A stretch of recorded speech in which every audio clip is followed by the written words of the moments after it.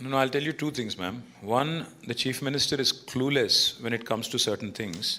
On the one hand, he says the engineering graduates are not skilled enough. But the fact of the matter is, in Telangana, according to government's admission, not mine, both in a governor's address and also even in the budget speech of the government, they have made it very clear that the number of technology jobs have come down. Back in 2023, when we were in government, the total number of technology jobs, according to NASSCOM and STPI, was 9,46,000. It has come down by 7,000. It is now 9,39,000.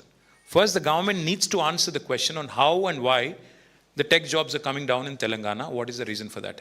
Is it because the engineers are not skilled enough, like the Chief Minister is saying? Or is it because the Education Ministry has failed? Or is it because employment opportunities are drying up? Or is it because of artificial intelligence? What is the cause? Firstly, they need to address it, number one. Number two, in fact, this government, this party, Congress, had promised to the youth of Telangana that they will waive off all examination fees. उन्होंने कहा था कि हर examination fees को माफ कर देंगे. जो 200 रुपया था उसको आज बढ़ा के 1000 करे. That has been enhanced. The examination fees, not even examination, the application fees has been enhanced from 200 rupees to 1000 rupees. So the government also needs to answer on this hypocrisy of theirs. And thirdly and most importantly, మీరు నేను అందరికి కూడా మనకు అర్థమైంది ఏంటంటే వాళ్ళ అసమర్థతని కప్పిపుచ్చుకోవడానికి, వాళ్ళ ఫెయిల్యూర్స్ని కప్పిపుచ్చుకోవడానికి ముఖ్యమంత్రి గారికి ఒక అలవాటుగా పరిపాటిగా మారింది. ఎప్పటికప్పుడు ఏదో ఒకటి వాగడం, దాన్ని సెంటర్ స్టేజ్కి తీసుకెళ్లడం, పెట్టడం, దాని చుట్టూ అందరూ పరిభ్రమించే విధంగా 4 రోజులు టైంపాస్ చేయడం. ఇప్పుడు 21 ఏళ్ళకే అని చెప్పి ఇది ఒక కొత్త డ్రామా కూడా. అందుకే ఆయన చేతిలో ఏమీ లేదు, ఆయనకు తెలుసది. కానీ ఆయన చేతిలో ఉన్నవి చేయడు, లేని వాటికి మాత్రం ఈ రకంగా నాటకాలు ఆడుతూ ఉంటాడు. కాబట్టి that's the unfortunate current state of affairs.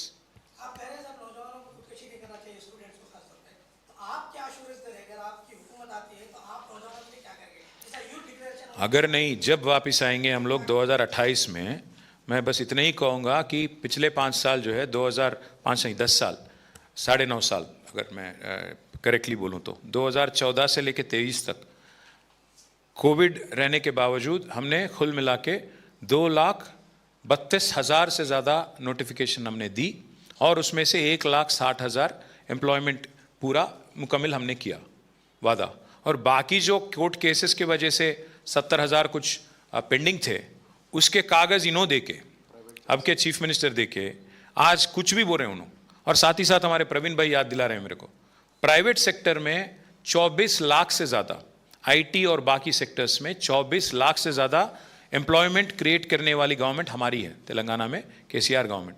आज मैं देखते रहता हूँ, कभी का एक बार हंस भी लेता हूँ.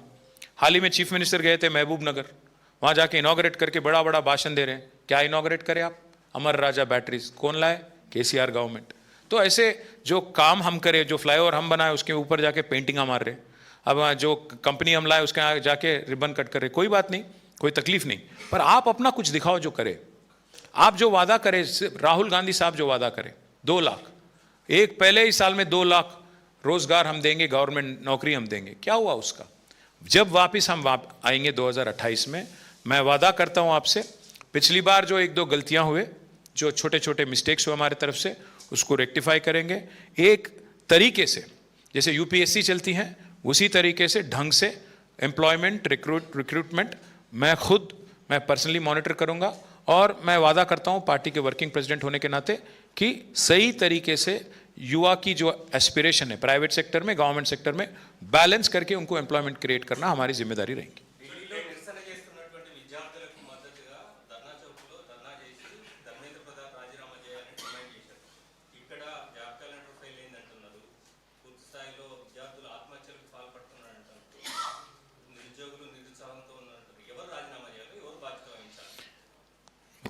రాహుల్ గాంధీ గారే చేయాలంటే, ఎందుకంటే ఆయనే వచ్చి చెప్పింది 2 లక్షల ఉద్యోగాలు అని చెప్పిందే Rahul Gandhi.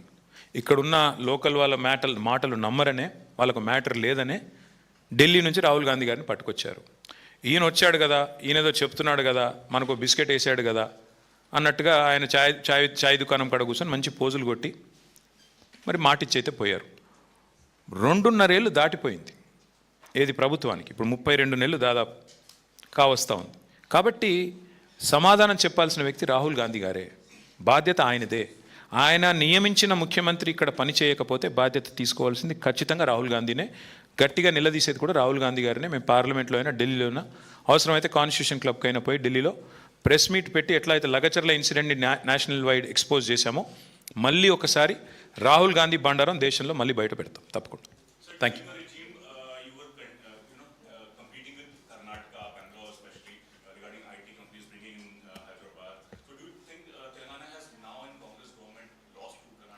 Well, we certainly have lost the momentum, brother, because this is not my, criticism or my accusation.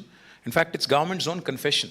अगर आप देखेंगे 2023 में जब हम लोग सत्ता से हट गए यहाँ पे, उस दिन हैदराबाद में आईटी एम्प्लॉयमेंट अगर आप नंबर्स देखेंगे तो 9,46,000 जॉब्स आईटी सेक्टर में थे. ये NASSCOM और STPI का रिपोर्ट था. हाल ही में जो बजट सेशन हुआ जिसमें गवर्नर का एड्रेस भी था और बजट स्पीच भी था, दोनों में गवर्नमेंट ने कन्फेशन दिया कि आईटी जॉब 7,000 घट गए, कम हुए. नुकसान किसका हो रहा है? तेलंगाना का युवा का, देश का युवा का. तो किस वजह से हुआ? एक नाकाम सरकार है यहाँ पे जिससे कुछ नहीं होता. राहुल गांधी गवर्नमेंट एम्प्लॉयमेंट की बात करे ना, वो बात मुकम्मल हुआ, नो वो बात को निभाए. और यहाँ पे प्राइवेट सेक्टर में भी नंबर घट रहे हैं. क्यों घट रहे हैं? आज चीफ मिनिस्टर के घर के ठीक पीछे, मैं नहीं कह रहा हूँ, एक मिनिस्टर साहिबा है, उनकी लड़की है, श्रीमती कोंडा सुरेखा जी की लड़की है. वो खुद बयान देती है खुलेआम कि चीफ मिनिस्टर के घर के ठीक पीछे एक इंडस्ट्रियलिस्ट के सर पे बंदूक लगा के एक्सटॉर्शन किया जाता है. कैसे रहेगा इंडस्ट्री ऐसे माहौल में? जब कोई चीफ मिनिस्टर का बहुत करीबी आदमी जाके अगर कानपट्टी पे बंदूक लगाएगा तो कैसे फिर इंडस्ट्री आएगा यहाँ पे? तो यही हो रहा है इस तेलंगाना में. एक माफिया राज चल रही है और जो बच्चों के साथ वादा किया गया वो नहीं निभाते हैं. इसलिए बच्चे सुइसाइड नोट लिख के, कल वेणु करके बच्चा है खम्मम में, सुइसाइड नोट लिख के राहुल गांधी तक ये चिट्ठी पहुंचे, ये उसका रिक्वेस्ट था और वो लिख के कल उसने सुइसाइड करने की कोशिश की.